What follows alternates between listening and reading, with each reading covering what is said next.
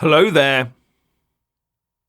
The reality on the ground shows why the EU dream of its own army, navy and air force will fail.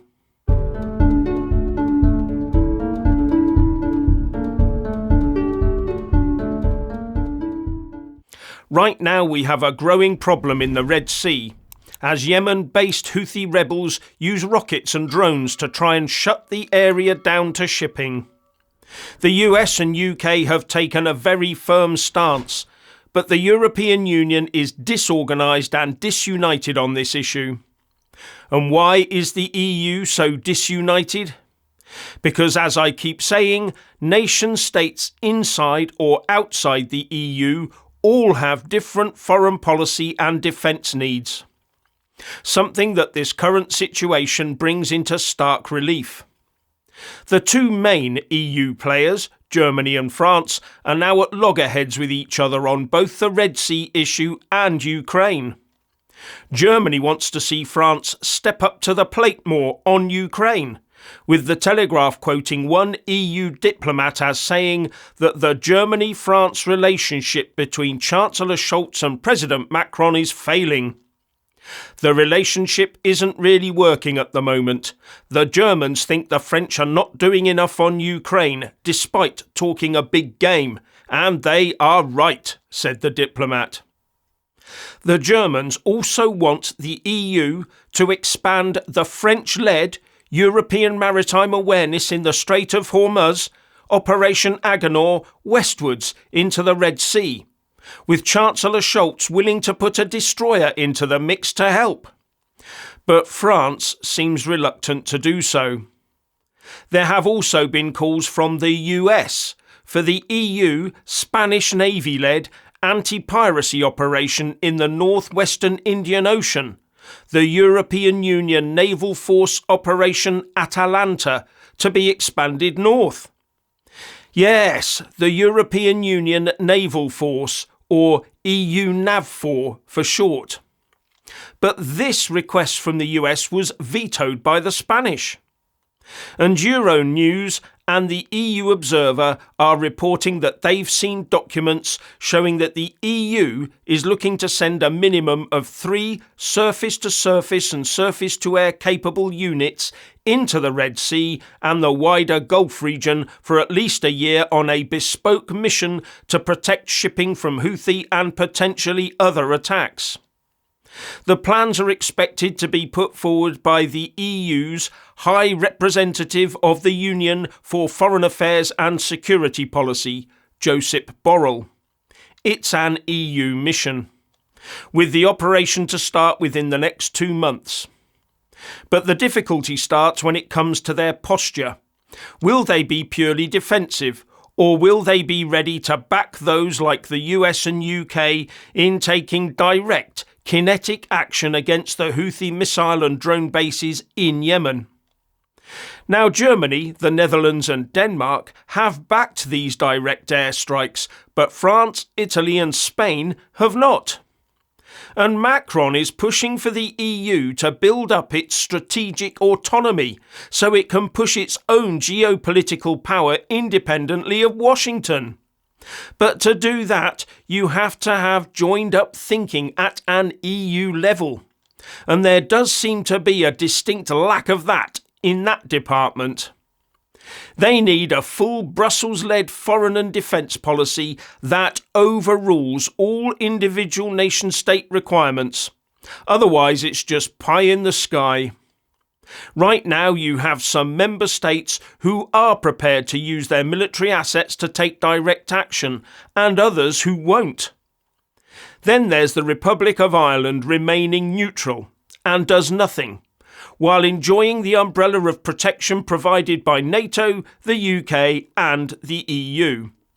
Something that led foreignpolicy.com to call Ireland Europe's weakest military link.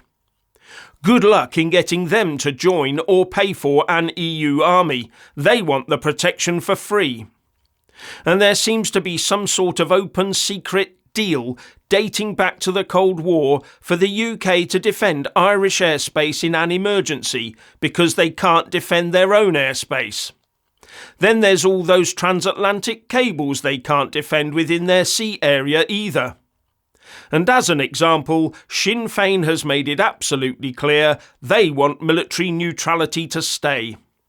So you can see that a properly functioning EU-wide military is basically out of the question, until it becomes one fully unified country. But Brussels does keep trying. What they have to do is find EU states that are willing to participate in any particular military mission and frame that mission in a way that won't tread on toes and upset other EU nation states. And this sort of horse trading ends up delaying military missions and possibly skewing a mission away from an ideal and clear aim into a cobbled together and unclear response that could change as individual member state politics change. What we have, according to the Telegraph report, are leaders like Emmanuel Macron of France and Pedro Sanchez of Spain having mediation ambitions in certain areas of the world, so will be less willing to take a robust stance in certain places.